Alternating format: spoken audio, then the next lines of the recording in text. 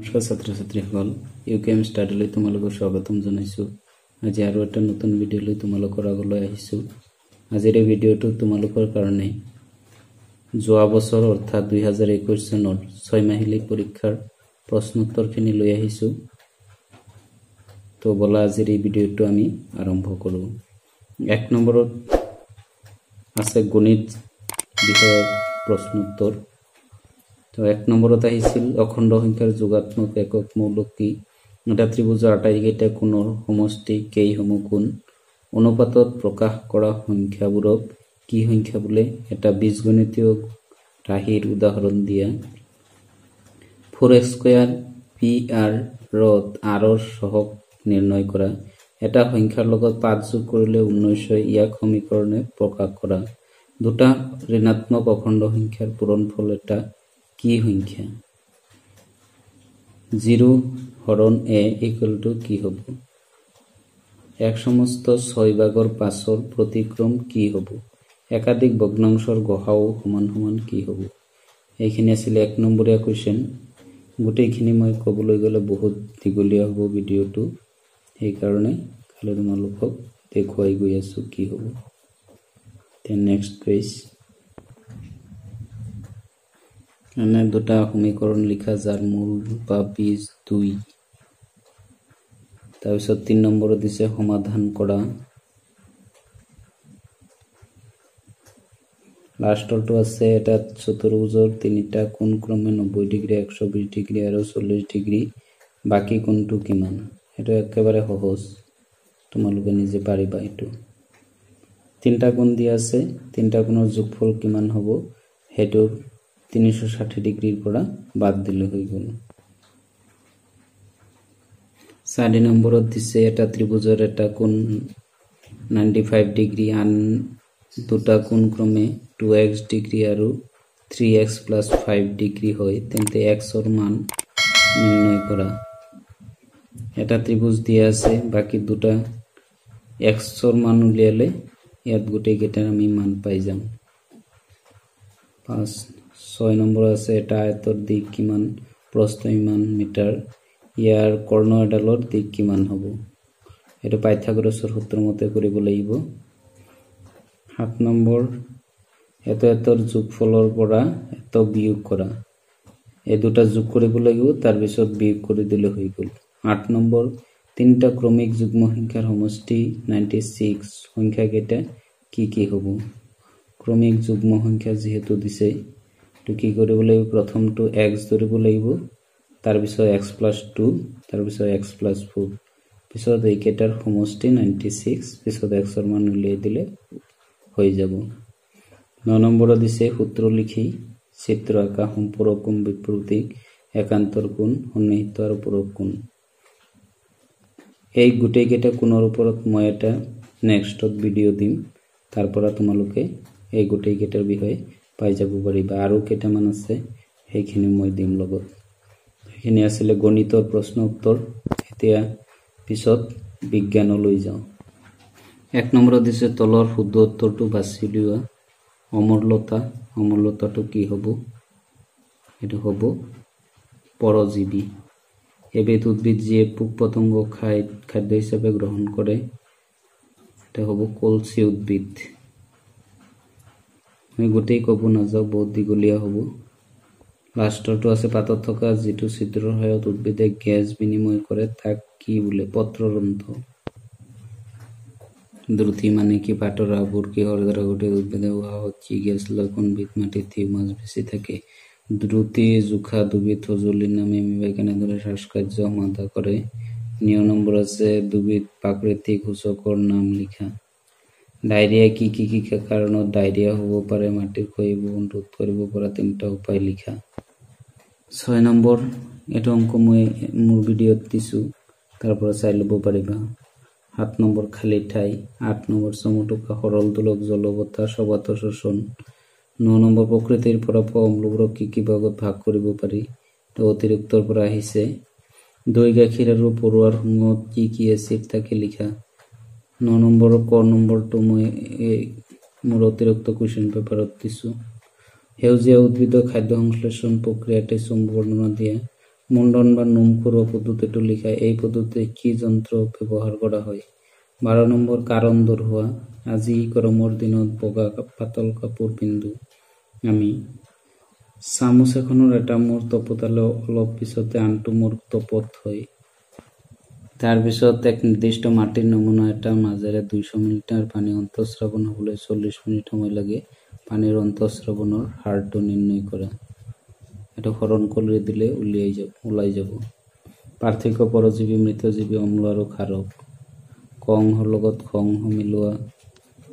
16 number দিছে নিশাহত যে কাৰ্বন ডাই অক্সাইড ওলায় তাক এটা পৰীক্ষাৰ সহায়ত বৰ্ণনা কৰা। 17 নম্বৰ সত্য নে অসত্য। তো এইখিনি আছিলে বিজ্ঞান।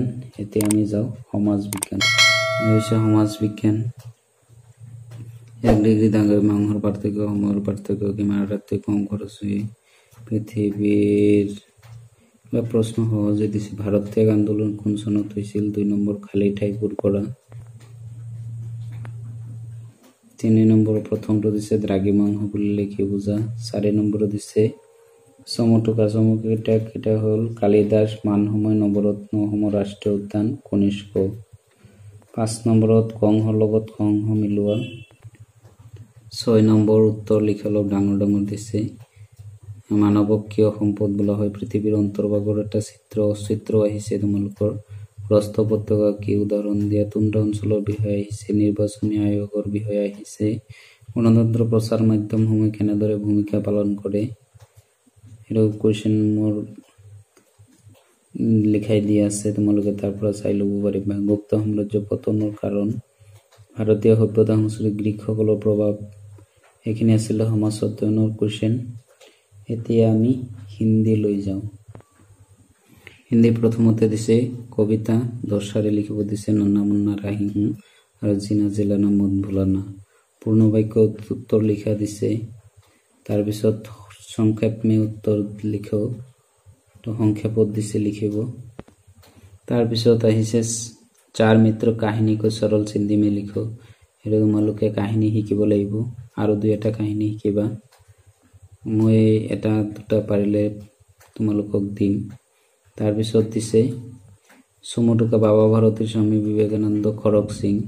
অৰ্থ লিখ, বাক্য বনাও, সন্ধি বিচ্ছেদ করো, বিলোম শব্দ, पर्यायवाची शब्द, लिंग बदलो, प्रत्यय किसे कहते हैं, उदाहरण देकर लिखो। हिंदी में अनुवाद करो। আমি সকলো ভাৰতীয়। ভাৰত ব্ৰহ্মপুত্ৰ অসমৰ মাজেৰে বৈ গৈছে। সি হিন্দী পঢ়িব পাৰে। ছোৱালীবোৰে হাঁহিবলৈ ধৰিছে। নিবন্ধ আহিছে अपना विद्यालय समाचार पत्र, विद्यार्थी जीवन। समाचार पत्र আৰু শংকৰদেৱ দিছো। अपना বিদ্যালয়টো মই দিম তোমালোকক। এতিয়া আহিছো সংস্কৃতলৈ। 1 নম্বৰ দিছে মংগলাচৰণম और प्रथम पंक्ति कंठस्थ लिखो। प्रथम 4 শাৰী লিখিব দিছে।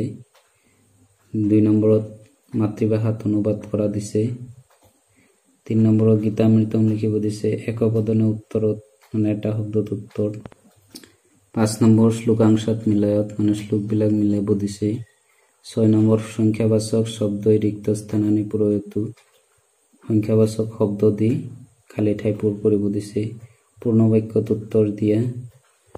8 নম্বৰত দিছে উচিত ক্ৰিয়াপদ মেলনং কৰোত। ক্ৰিয়াপদবোৰ মিলাব দিছে। পদ পৰিচয় দিছে। তাৰপিছত পদৰ আধাৰত প্ৰশ্ন নিৰ্মাণ কৰিব দিছে। বাক্যেষু প্ৰয়োগ কৰোত। এইকেইটা দি বাক্য বনাব দিছে। তাৰপিছত একবচনৰ পৰা বহুবচনলৈ পৰিৱৰ্তন। অশুদ্ধ বাক্যক শুদ্ধ কৰিবলৈ দিছে। 14 নম্বৰত নৰ আৰু শিশু শব্দৰূপ যিকোনো এটা লিখিব দিছে। মই 2টাই দিছো তোমালোকক। ধাতুৰূপ ভূ ধাতু, ক্ৰি ধাতু, পদ আৰু নি। পদ আৰু নি দিয়া নাই, বাকি 2টা মই দিছো। তাৰপিছত আমি সকলোৱে ভাৰতীয় ছোৱালীজনীয়ে নাচি আছে। তোমাৰ ঘৰ ক'ত? মই সংস্কৃত ভাষা পঢ়ি আছো। এই ঘৰ মোৰ বিদ্যালয়। মই সংস্কৃত অনুবাদৰ ওপৰত এটি ভিডিঅ' দিম তোমালোকক। তাৰ পৰা তোমালোকে অনুবাদখিনি চাব পাৰিবা। এয়া হৈছে নীতি শিক্ষা। গান্ধীজীৰ প্ৰাথমিক শিক্ষা ক'ত হৈছিল? গোটেইখিনি মই ক'ব নাযাওঁ। 2 নম্বৰত খালী ঠাই পূৰ কৰা। 3 নম্বৰ উত্তৰ লিখা। 4 নম্বৰ চমু টোকা দিছে ৰাজকোঁৱৰ ধ্ৰুৱ, ৰজা ভোজ, ৰজা পৰীক্ষিত। 5 নম্বৰ অতিথি তথা আনৰ প্ৰতি আমাৰ ব্যৱহাৰ কেনে হোৱা উচিত। একাত্মতা সূত্ৰম সতী নাৰীৰ শ্লোক উল্লেখিত যিকোনো 5 গৰাকী সতীৰ নাম গায়ত্ৰী মন্ত্ৰটো লিখা বা যিকোনো এটা সুভাষিত লিখা। অসমীয়া কবিতা আহিছে ল'ৰা কাল আৰু ঈশ্বৰ। তাৰপিছত চমু প্ৰশ্ন উত্তৰ, তাৰপিছত প্ৰসংগ সংগতি দৰ্শাই বাক্য ৰচনা ব্যাখ্যা কৰা। ইয়াত পদ্যাংশৰ পৰা এটা আহিছে, গদ্যাংশৰ পৰা এটা আহিছে। তাৰপিছত চমু উত্তৰ দিয়া। তাৰপিছত 5 নম্বৰত শংকৰদেৱ শিশুকালৰ অলৌকিক ঘটনা। 6 নম্বৰ ধূলিকণাময়ী বিশ্ব প্ৰকৃতি চিৰন্তন বৰগীতৰ 3টা বিশেষত্ব। তাৰপিছত ভাৱ বহলাই লিখা। চমু টোকা ব্ৰজাৱলী ভাষা বিক্ৰমাদিত্য ডাক পঢ়ো। শব্দাৰ্থ লিখা, সমাৰ্থক শব্দ লিখা। তাৰপিছত আহিছে এটা শব্দত প্ৰকাশ কৰা বিপৰীত লিংগ, বাক্য সাজা, প্ৰত্যয়। তাৰপিছত দৰখাস্ত নাইবা চিঠি। তাৰপিছত 17 নম্বৰ ছাত্ৰ কৰ্তব্য দূৰদৰ্শন মহাপুৰুষ শ্ৰীমন্ত শংকৰদেৱ আহিছে ৰচনা। এটা হৈছে তোমালোকৰ ছবিৰ প্ৰশ্ন, এইটো লাষ্ট। পদুম ফুলৰ ছবি আহিছে, নাৰিকলৰ ছবি আহিছে, এটা জন্তুৰ ছবি আঁকি পেঞ্চিল ছেটিং, পাচলি থকাকৈ এখন খৰাহী ছবি। তাৰপিছত এইখিনি প্ৰশ্ন আহিছে। 7 নম্বৰ আহিছে পৰিৱেশ প্ৰদূষণৰ ছবি। হস্তকলা আহিছে চৰাইৰ কলাজ, এটা ৰাঙালাও মাটিৰে তৈয়াৰ কৰা, কাপোৰত এটা ফুল বনোৱা। এইখিনি আছিলে তোমালোকৰ যোৱা বছৰৰ প্ৰশ্ন উত্তৰ। ইংৰাজীটো মই বেলেগকে দিছো, তাত গোটেইখিনি এনচাৰো আছে লগত, সেইখিনি তাৰ পৰা চাই ল'ব পাৰিবা। তো আজিৰ ভিডিঅ'টো তোমালোকৰ ভাল লাগিলে লাইক আৰু শ্বেয়াৰ কৰি দিবা, আৰু মোৰ চেনেলটো যদি কোনোবাই ছাবস্ক্ৰাইব কৰা নাই ছাবস্ক্ৰাইব কৰি দিবা। ধন্যবাদ।